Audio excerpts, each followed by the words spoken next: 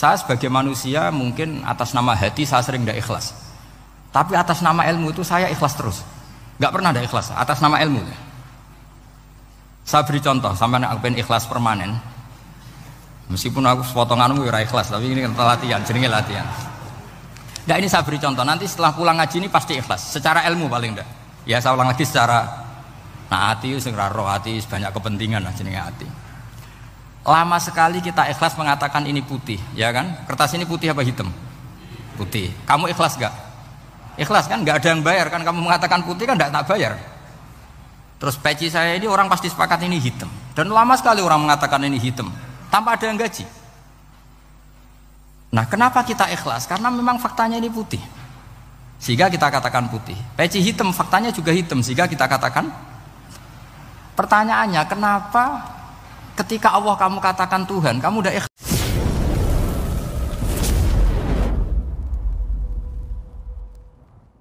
Begitu juga tentang syirik. Saya berkali-kali kalau ngaji cerita, saya sebagai manusia mungkin atas nama hati saya sering tidak ikhlas. Tapi atas nama ilmu itu saya ikhlas terus. Nggak pernah tidak ikhlas atas nama ilmu. Saya beri contoh, sampai aku pengen ikhlas permanen. Meskipun aku sepotonganmu ya ikhlas, tapi ini latihan, jenenge latihan. Nah ini saya beri contoh, nanti setelah pulang ngaji ini pasti ikhlas. Secara ilmu paling enggak. Ya saya ulang lagi secara hati, roh hati, banyak kepentingan lah jenenge hati. Lama sekali kita ikhlas mengatakan ini putih, ya kan? Kertas ini putih apa hitam? Putih. Kamu ikhlas gak? Ikhlas kan? Gak ada yang bayar kan? Kamu mengatakan putih kan gak tak bayar. Terus peci saya ini orang pasti sepakat ini hitam. Dan lama sekali orang mengatakan ini hitam tanpa ada yang gaji.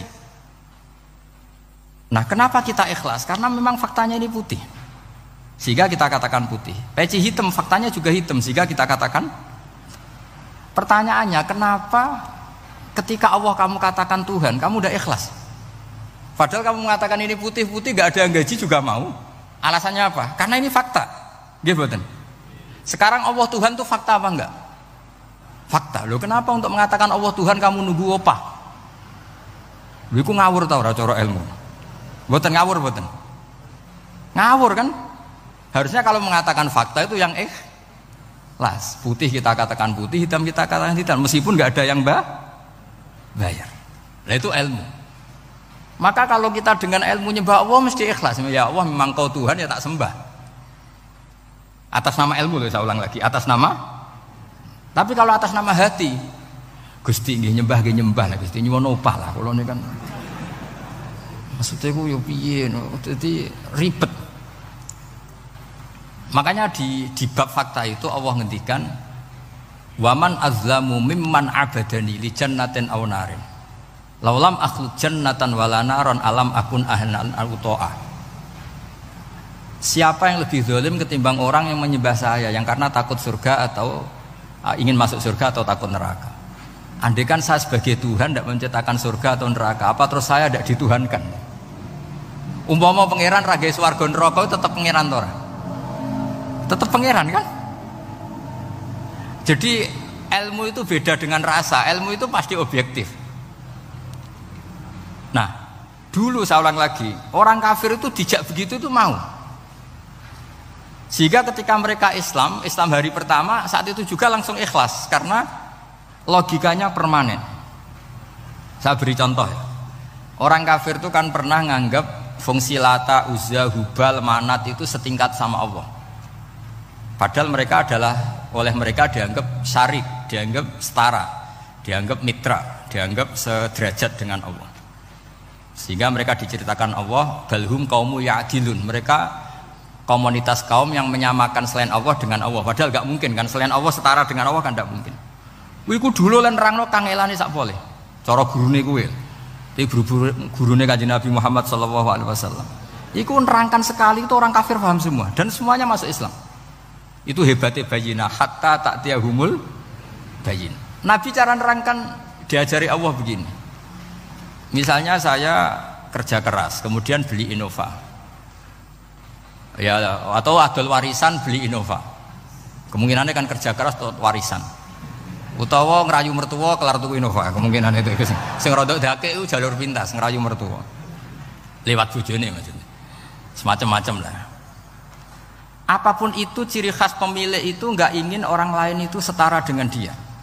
Kue kerja keras nabung puluhan tahun beli Innova, kemudian teman kamu udah ikut beli, cara menguasai Innova itu sama dengan kamu. Nak nyiler atau pamit atau bensin ini, enak ide. Kue mangkel gak kira-kira? Kamu punya rumah, sono wong mlebu slonang-slonong kayak pemilik, kamu mangkel gak? Mangkel. Nah, Allah cara membuat tamsil itu ya begitu. Halakum mimma malakat aimanukum min syuraka'a fi ma razaqnakum fa antum fihi sawa takhafunahum ka khifatikum anfusakum. Coba kalau kamu punya barang, kata Allah, kamu punya barang, punya sesuatu dan itu milik kamu karena kamu yang beli. Kemudian ada orang lain yang cara memilikinya sama dengan kamu. Mau enggak kamu seperti itu? Ya tidak mau Muhammad, ini milik saya, kok ada orang lain yang merasa setara dengan saya, tidak mau saya. Kalau orang lain mau pinjem ya harus ngemis-ngemis lah, harus dodok-dodok. Ya seperti itu Allah itu bumi itu yang menciptakan Allah sendiri. Kemudian kamu menyertakan orang yang tidak ikut menciptakan setara dengan Allah, ini apa-apaan? Oke mat, kalau gitu Allah la syarikalah. Jadi itu tamsil apa? Saya ulang lagi ya, kalau kamu beli Innova, mau nggak ada orang lain yang cara menguasai Innova itu setara dengan kamu? Mau nggak? Nggak mau kan? Bahkan istri saja nak nganggo kudu pamit. Nak lagi neng-nengan, arawan neng-nengan ya oleh. Tapi apapun itu kan tetap saja harus pamit, harus prosedur. Namanya ndak ikut punya. Nah itu kemampuan ini yang mulai hilang di umat Rasulullah. Jadi Nabi itu punya fatona. Fatona itu kecerdasan untuk memberi penjelasan. Disebut orang kafir itu tidak akan infikak, tercerabut dari cara berpikir mereka, munfakin hatta ta'tiyahumul. La bayina itu siapa? Rasulun minallah yatlu suhufam mutahhar. Jadi Nabi itu kalau memberi penjelasan itu gampang sekali. Baik itu penjelasan akidah maupun penjelasan fikih. Dulu di Medina itu abkhosun nasi kailan. Orang Madinah itu orang paling curang kalau dagang dulu sebelum Rasulullah datang. Sehingga misalnya mau beli pelem itu mangga itu, pentil ya dihitung pelem. Jadi busron itu kurma pentil ya dihitung kurma. Misalnya kulaan pari hijau ijo wis dituku, padahal urung jelas dadi padi.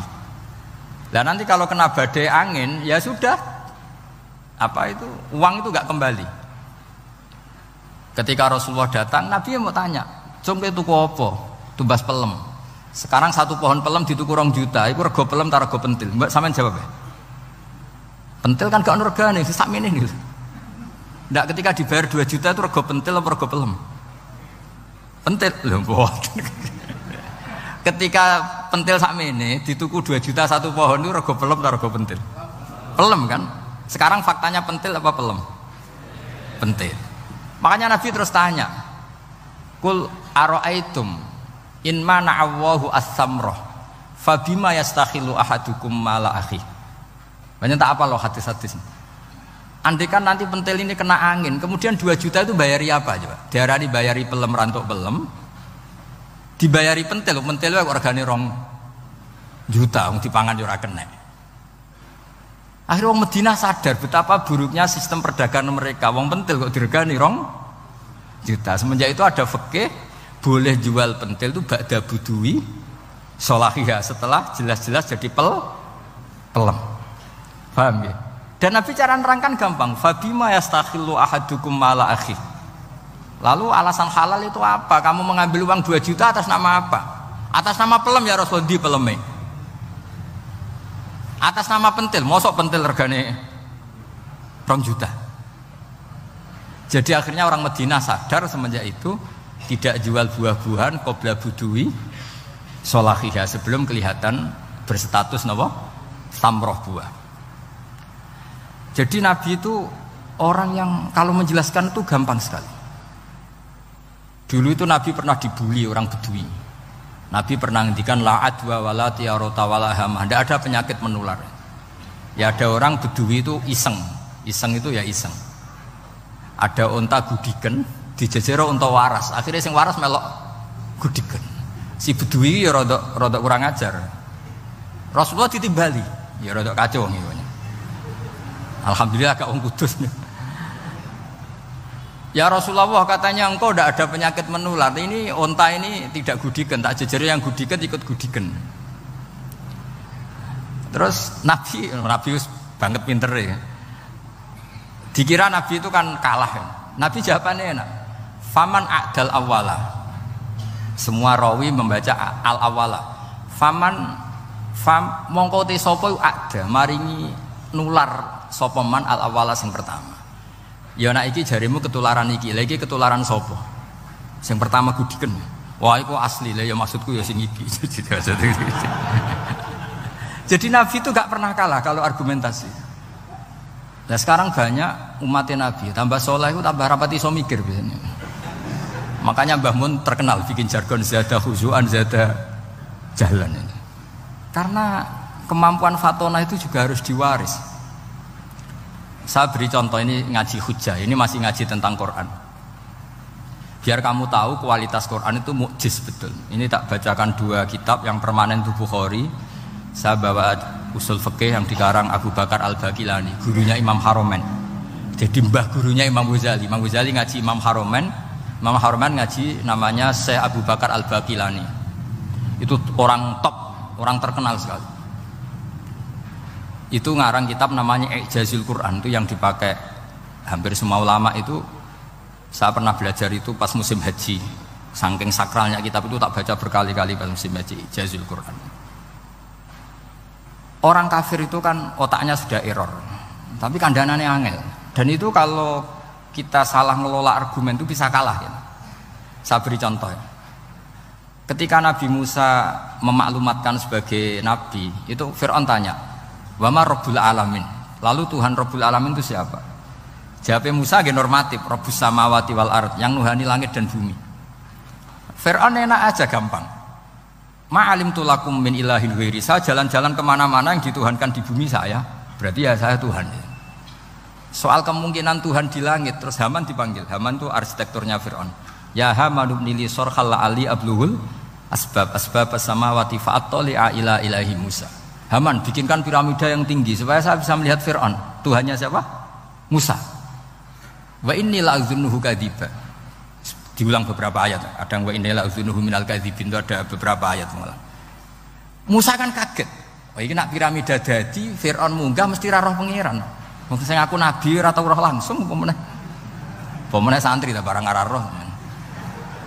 Ini kan Fir'aun, Musa akhirnya bingung. Lagi misalnya munggah tenan mesti ra roh Allah. Padahal kata Musa, kata siapa Fir'aun?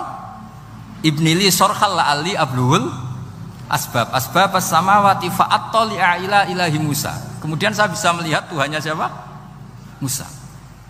Wah jare Musa, wah prono iki nak munggah tenan tetep ra roh Allah, jare Allah gak ono. Wong Fir'aun wis kadung geblek. Angger gak roh berarti gak ono.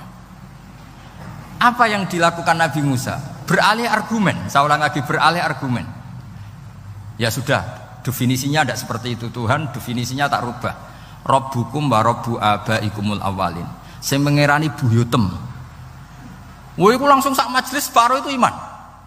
Wah, ini nak Fir'aun pangeran, buyut-buyutnya ora ono pangeran. Karena pangerannya datang terlambat. Ini aneh, pangeran dhisik buyute piye? Wong buyute ra pangeran kok putune pangeran. Akhirnya Fir'aun langsung cara Jawa semane wah entek. Nah, makanya kalau Syekh Nawawi ngendikan, kalau debat kok wis muring-muring wis ra ilmiah. Makanya terus Fir'aun la as'alannaka minal masjunin, tak penjara gue. Dia sudah ada ilmiah lagi. Ketika Rabbus samawati wal ardi, Fir'aun masih berusaha ilmiah. Saya kemana-mana dituhankan fil ardi, maksudnya di bumi. Soal kemungkinan di langit, saya nanti bikin bangunan, mau lihat Tuhanmu Musa. Tapi ketika dipojokkan dengan Rabbukum wa rabbu abaikumul awalin, yang nuhani nenek moyang kamu, entek Fir'aun. Waduh, aku di bapak di mbah, mbahku ora pangeran kok putune pangeran. Berarti mbahku tanpa apa? Pangeran. Wah ribet iki. Penjara Musa, jadi emosi dia karena sudah enggak bisa debat sudah. Jadi semua nabi itu ciri khasnya itu punya kemampuan argumentatif. Makanya nabi itu harus fatona, harus punya kecerdasan. Dan itu juga yang dilakukan Quran ketika nafyu uluhiyati ghairillah, ketika menafikan bahwa selain Allah itu pasti tidak Tuhan. Ya tadi, kalau Allah itu punya pesaing sebagai Tuhan, ya namanya Tuhan, reputasinya ya aruni madza khalaqu minal ardi am lahum syirkun fis samawat. Mungkin kalau orang-orang tajwid hanya nekuni fis samawati tuni, itu fis samawati tuni, itu kan urusan tajwid ya. Tapi kalau kita yang ahlul makna itu nekuninya, kalau merasa Tuhan itu ya punya reputasi. Di antara reputasinya itu ikut menciptakan langit dan bumi. Nah dengan demikian namanya bayinah. Bayinah itu kebenaran yang ketok welo-welo. Sehingga orang kafir itu tidak bisa berbantah-bantahan lagi. Nah, ini disebut lam yakunil ladzina kafaru min ahlil kitab wal musyrikina munfakina hatta ta'tiyahumul bayinah. Bayinah itu siapa? Rasulun minallah yatlu suhufam mutahharah. Makanya orang kafir dulu itu matur nuwun tenan mbek Islam. Mergo qad ja'atkum bayyinatum mir rabbikum. Bayinah itu harus ada. Makanya kita sekarang harus sesering mungkin bikin bayinah.